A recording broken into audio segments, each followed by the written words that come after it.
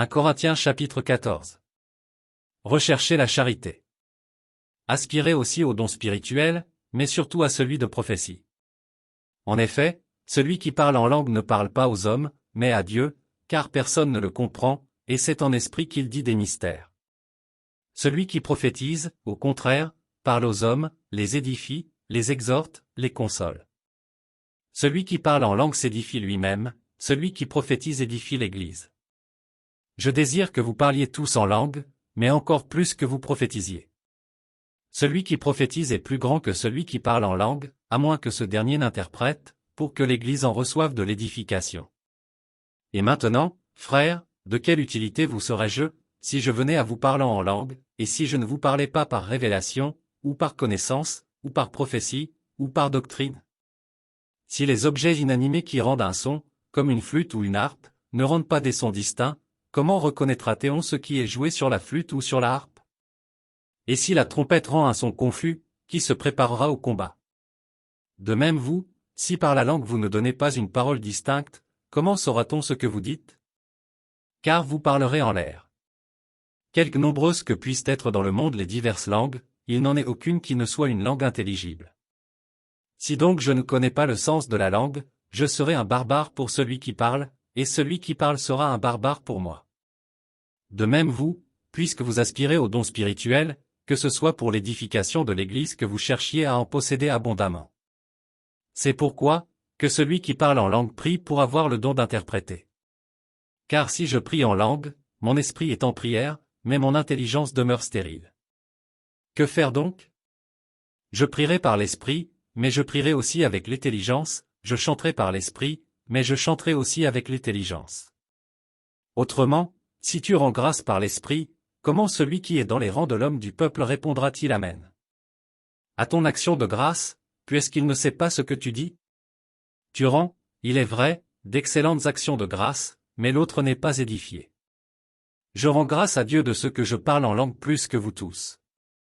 Mais, dans l'Église, j'aime mieux dire 5 paroles avec mon intelligence, afin d'instruire aussi les autres, que 10 000 paroles en langue. Frères, ne soyez pas des enfants sous le rapport du jugement, mais pour la malice, soyez enfants, et, à l'égard du jugement, soyez des hommes faits.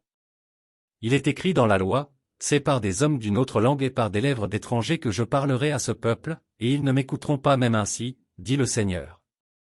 Par conséquent, les langues sont un signe, non pour les croyants, mais pour les non-croyants, la prophétie, au contraire, est un signe, non pour les non-croyants, mais pour les croyants.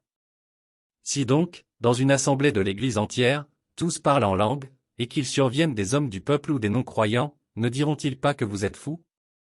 Mais si tous prophétisent, et qu'il survienne quelque non-croyant ou un homme du peuple, il est convaincu par tous, il est jugé par tous. Les secrets de son cœur sont dévoilés, de telle sorte que, tombant sur sa face, il adorera Dieu, et publiera que Dieu est réellement au milieu de vous. Que faire donc, frères? Lorsque vous vous assemblez, les uns ou les autres parmi vous ont-ils un cantique, une instruction, une révélation, une langue, une interprétation, que tout se fasse pour l'édification? En est-il qui parle en langue, que 2 ou 3 ou plus parlent, chacun à son tour, et que quelqu'un interprète? S'il n'y a point d'interprète, qu'on se taise dans l'Église, et qu'on parle à soi-même et à Dieu.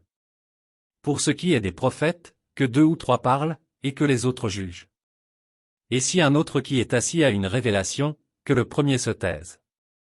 Car vous pouvez tous prophétiser successivement, afin que tous soient instruits et que tous soient exhortés. Les esprits des prophètes sont soumis aux prophètes. Car Dieu n'est pas un Dieu de désordre, mais de paix. Comme dans toutes les églises des saints.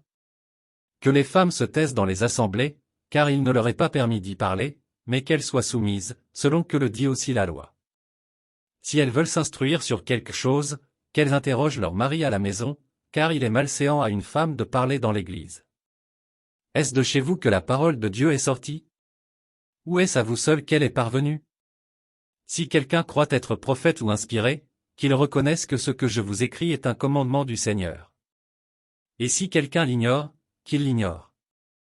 Ainsi donc, frères, aspirez au don de prophétie, et n'empêchez pas de parler en langue. Mais que tout se fasse avec bienséance et avec ordre.